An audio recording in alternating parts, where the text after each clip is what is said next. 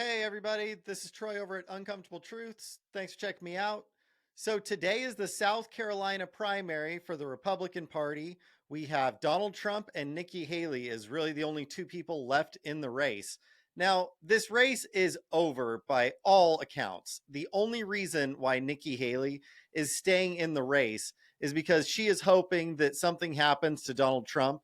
He gets taken off of the ballots, and then she is just the nominee by default because she is about to go into her home state of South Carolina, where she was formerly a governor, and she is about to lose to Donald Trump in a historic fashion. It wouldn't be shocking, based on the polling that we have now, for Trump to win 2/3 of the vote in Nikki Haley's home state.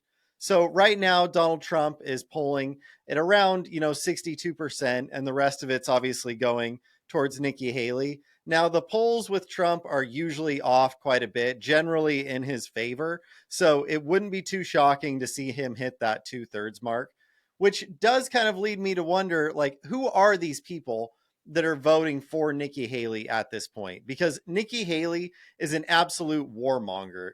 She sat on the board for Boeing.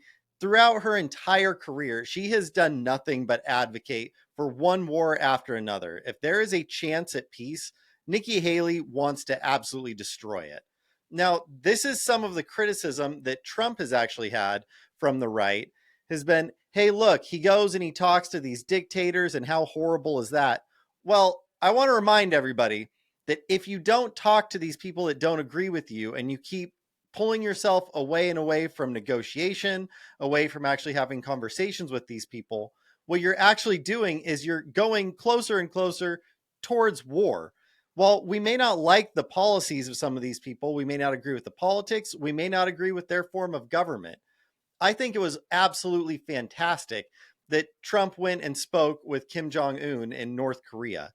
It's great when he talks to our adversaries in Russia. It's great when he talks to our adversaries in China. We live in a world where everything that we do, whether it's on the side of peace or whether it's on the side of war, is always going to come back to haunt us. So I would much rather be on speaking terms with people that we don't agree with than to just needlessly go out and threaten them and try to push us closer to war. I mean, who in their right mind actually wants to go to war with North Korea?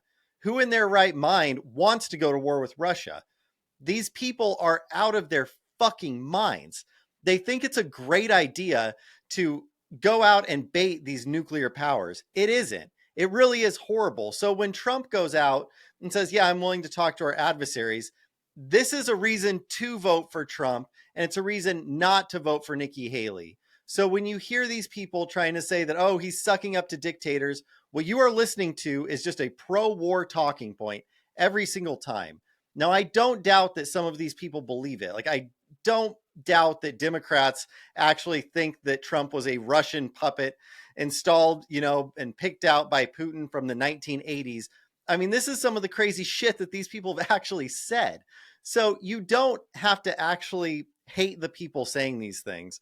But when it's been, multiple years now, like 6 years, and they don't provide evidence that Trump was installed, by Russia, well, it kind of makes you wonder, was he actually installed by Russia, considering that you haven't shown me any evidence, considering that he actually ramped up the forces of NATO, considering that he got more money into NATO when he said, we're going to pull out and not protect you if you don't pay your part. Well, they started paying their part. So NATO's stronger.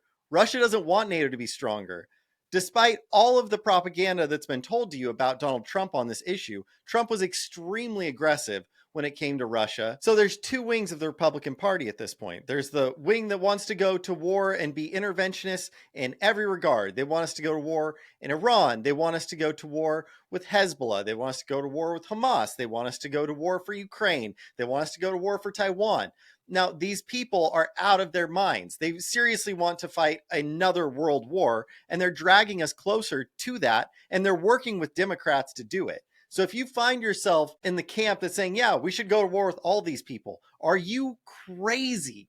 Like, do you really hear yourself? You're seriously saying that you want to go to war with half of the world. It's absolutely insane. It's crazy that people think that this is something that would be good for the United States, that it's going to make us more secure somehow to go to war with all of these powers across the world. There is no world in which this is going to be a good stance for America to take. And if you go out and you vote for Nikki Haley, you're bringing us closer to that world, because Nikki Haley is more than happy to work with Democrats to fund Ukraine. She's more than happy to bait China over Taiwan. There is not a war that Nikki Haley won't support alongside the Democrats, which is probably why so many of her donors are Democrats. It's why in New Hampshire you had Democrats actually going out to support Nikki Haley. So do not go out and vote for Nikki Haley unless you are ready to send our children to fight in these wars. That's not something I want to see. I think it's absolutely unacceptable. So if you're a Republican, I think it's very clear who you should be voting for in the South Carolina primary. So that's what we have on this. Thank you so much for watching. Go ahead and hit like and subscribe. It helps the show out a lot. We're growing like crazy. And so we'll look forward to talking to you guys soon. Take care, everybody.